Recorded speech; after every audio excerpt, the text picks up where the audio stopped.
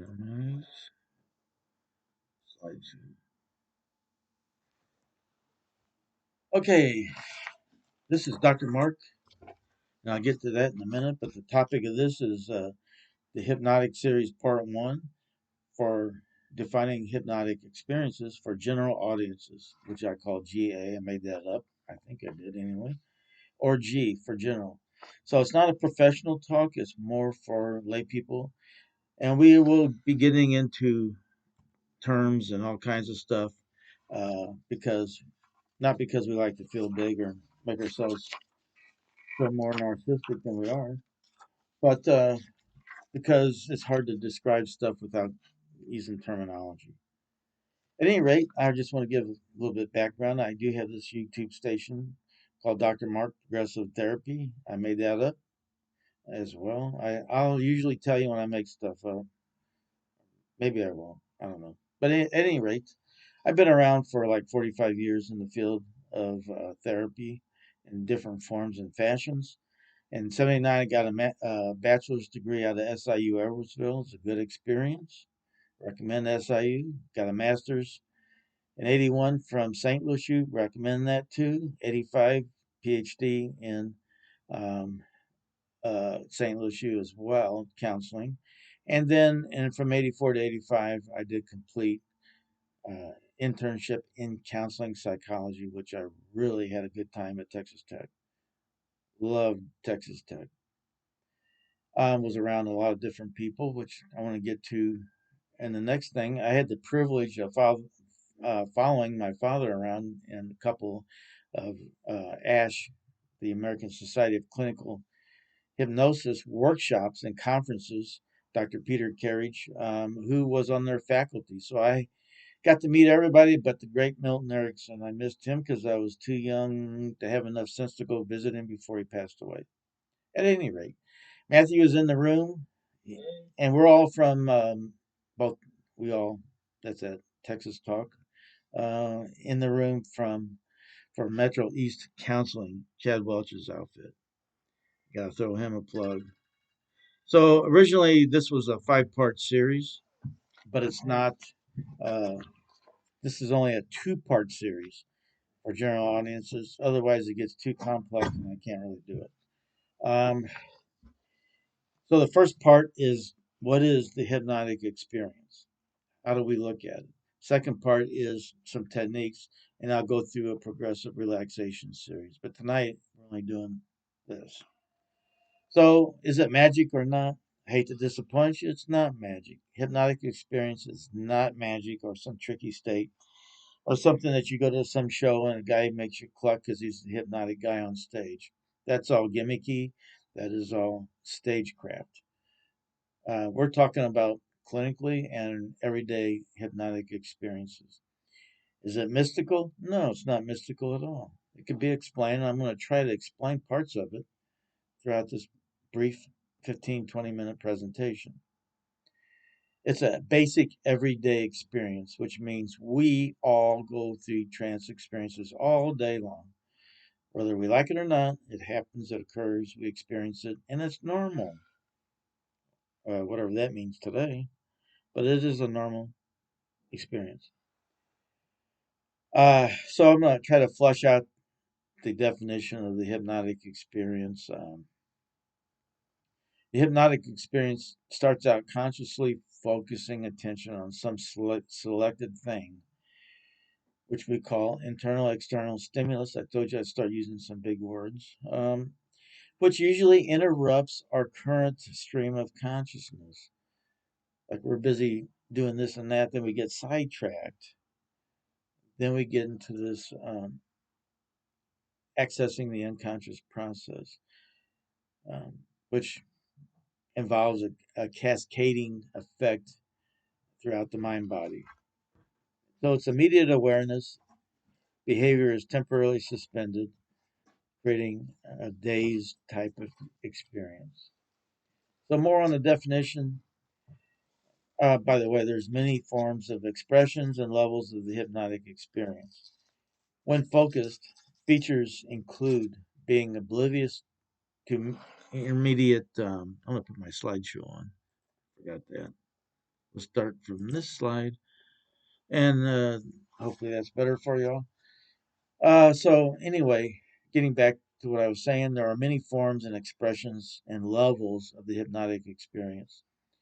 The whole point is focused and features including being oblivious to immediate surroundings, creating a dazed experience or sense of dissociation or detachment. It's an altered experience which a lot of us like to call states. Some of us, some experts in the field do not. And I'll explain that maybe later. But it's a suspension of our current behavior and thinking. We're on pause, if you will. So we have to talk about the unconscious. So what is the unconscious? The unconscious is the stuff that we're not aware of. It's not mystical either. It's not magical either. It's a basic part of the human condition. So, if you will, awareness ranges from consciousness, from immediate consciousness awareness to subconscious and deeper unconscious stuff. It's levels of awareness and memories, if you will. It's an active reservoir to process of memory storage. It's really a dynamic, if you want to use the word state.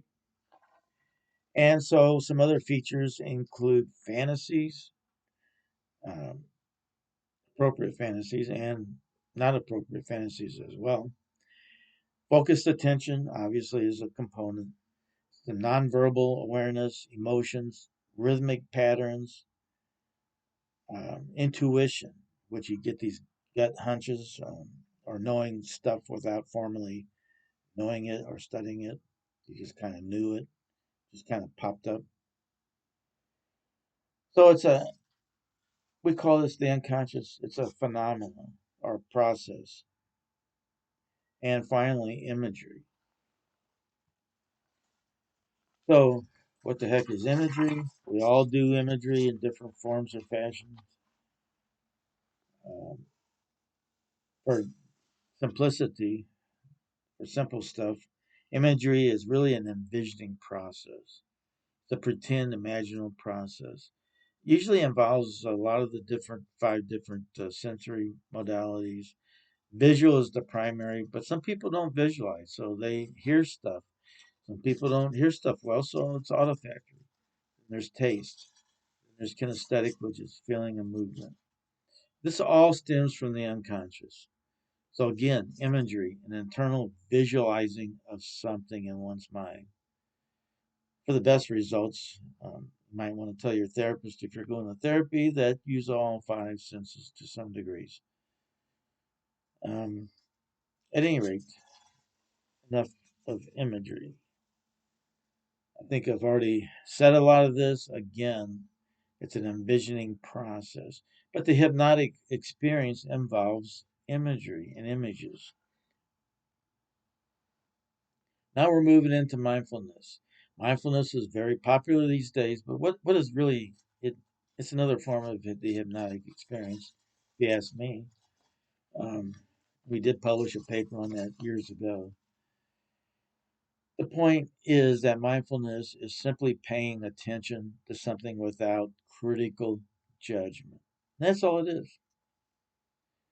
And by the end of this presentation, you're going to say mindfulness is the same, really, either an expression of the hypnotic experience or the same thing as it is. Okay. And there's multiple levels of mindfulness as well.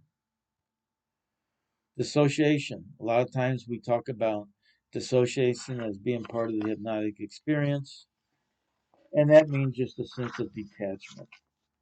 And then I can go through all these other characteristics are really hypnotic. So we'll be talking about that in a minute. Back to what is the hypnotic experience really? Um, well, some experts in the field have said it is a trance state. And I use that word not loosely, but as a hypnotic experience, the word trance. I kind of like that word better. And some people like T.X. Barber, and all these people are now deceased, unfortunately. They were the great minds of this whole field. Emphasize that it's not a state, perhaps just paused behaviors. So I'm going to, at the end, come up with some kind of theory trying to loop all these themes together. So there's many theories and views of hypnosis and trance states and what have you, non-trance states, non-trance states. Then we talk about state dependent, which means that I think a lot of stuff is learned in states or contexts. That's why if you're studying for a math test or something, by the way, I can't do math, so I use that as a poor choice for me. But if you're studying some subject for a test and you're drinking a lot of coffee and you go take the test without drinking coffee, you do not recreate that state, so you lose some of the studying effect. And studies have been done on that as well. So the hypnotic state is really a dazed state, or if you want to look at it as just internal focused attention, where you become oblivious to immediate surroundings, which is a sense of detachment, dissociation. So at one level, you're focused, and it creates a cascading effect to the mind body. By the way, the mind body is connected. We used to argue about that 30, 40 years ago. Now there's no argument because we do know each interacts with the other. Without one, you don't have the other. And so the hypnotic experience, if you will, or state, is a suspended state from immediate awareness of reality. But you're still at another level in reality. So the key elements include focused attention. Then you're fixated on that attention, that whatever it is, that selected stimulus, and then your suspension from current reality and immediate awareness. You're oblivious to current surroundings, and sometimes it creates rigidity and immobility in limbs. And you move from the conscious to the unconscious process. So by focusing and highly focusing and concentrating on a selected stimulus creates a dissociative or detached response, if you will. At one level, at another level, you're still in reality because you're not psychotic. Psychotic is when you're not with reality, which is a whole nother probably 10 lectures. At any rate, my position is that it's a mindful state. It's the same as dissociation. To me, relaxation, if you're highly relaxed, you're hitting those theta brain waves. Meditation is the same way. The ultradian basic rest cycle. So if you go out throughout the day, every 90 minutes or 120 minutes, you just like feel drowsy and tired. You're not being bored with whatever you're doing necessarily, or maybe you are. But at any rate, your body is saying it's time to shut down and rest for like 10 to 20 minutes. You rejuvenate, then you're back at it, whatever you're doing. And that's what the basic rest cycle is.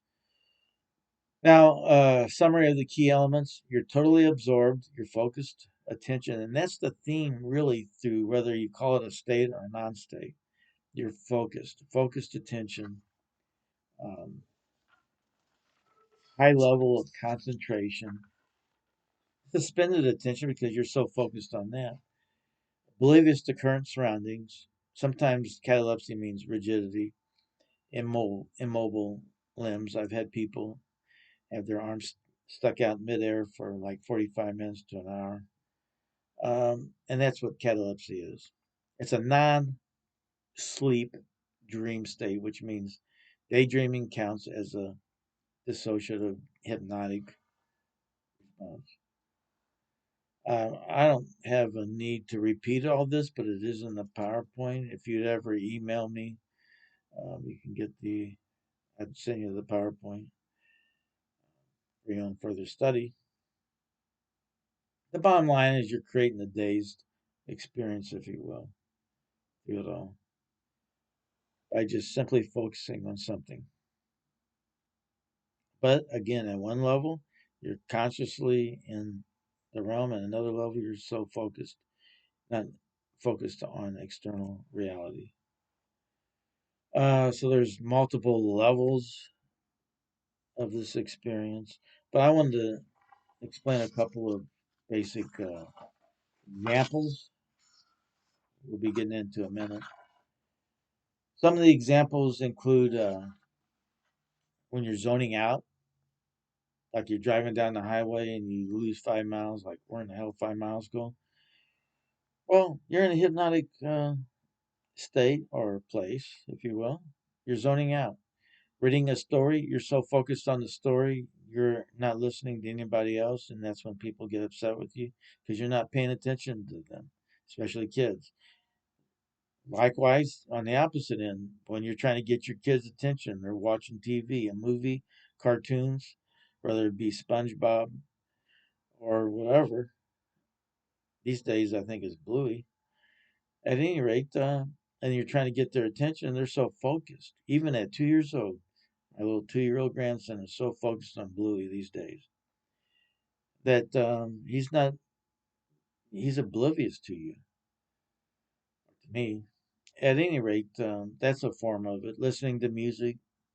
I mentioned the auto hypnosis. Um, Listening to a speaker and you're really into what they're saying can get you into a trance state easy. Daydreaming, fantasies, definitely, because you're focused on a selected stimulus. Again, here's a bigger picture of all that stuff. But the key characteristics, again, your focused attention to some degree, you're concentrating, you will have glassy eyes. Like if you're talking to somebody and they're trancing out on you and they have glassy eyes, unless they've been drinking or smoking weed or something, typically they're kind of in a zoning out trance phase or state. I believe it's to immediate surroundings. Um, Basic relaxation or calming mind frame, um, sense of detachment is these are all key characteristics. Just simply accessing memories can also create one of these states because you're focused on what you're trying to remember um, or trying to forget. And then pseudo time distortion is a fancy big word for saying that time has no meaning in this state. Bottom line is that you're completely absorbed and focused.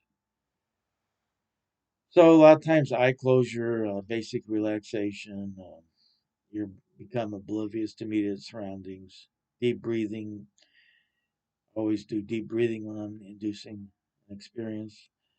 Basic imagery. Your minimal speech, typically you're not talking, you're slowing your muscular activity down.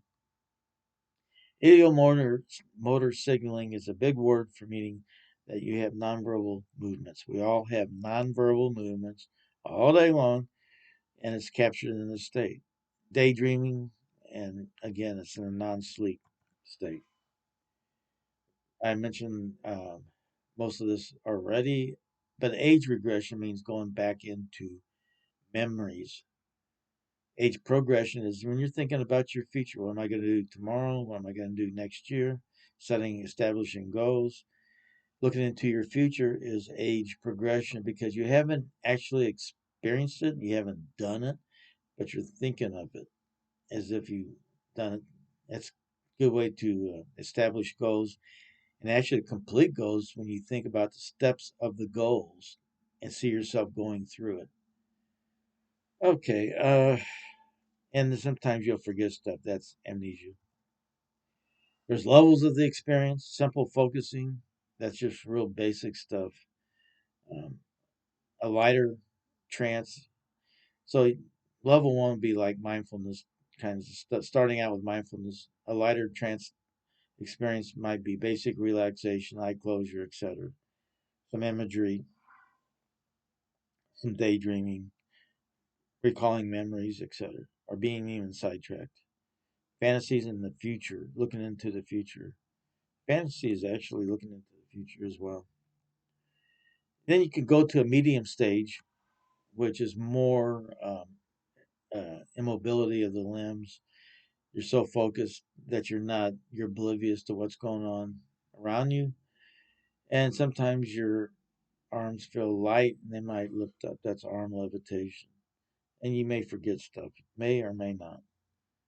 And then the deep is when you're really into it, so deep, and you're going back into time, picking out memories that you totally forgot about, or you're moving yourself into your future, so focused on that. Okay, so myths, and then we're going to wrap this up pretty soon.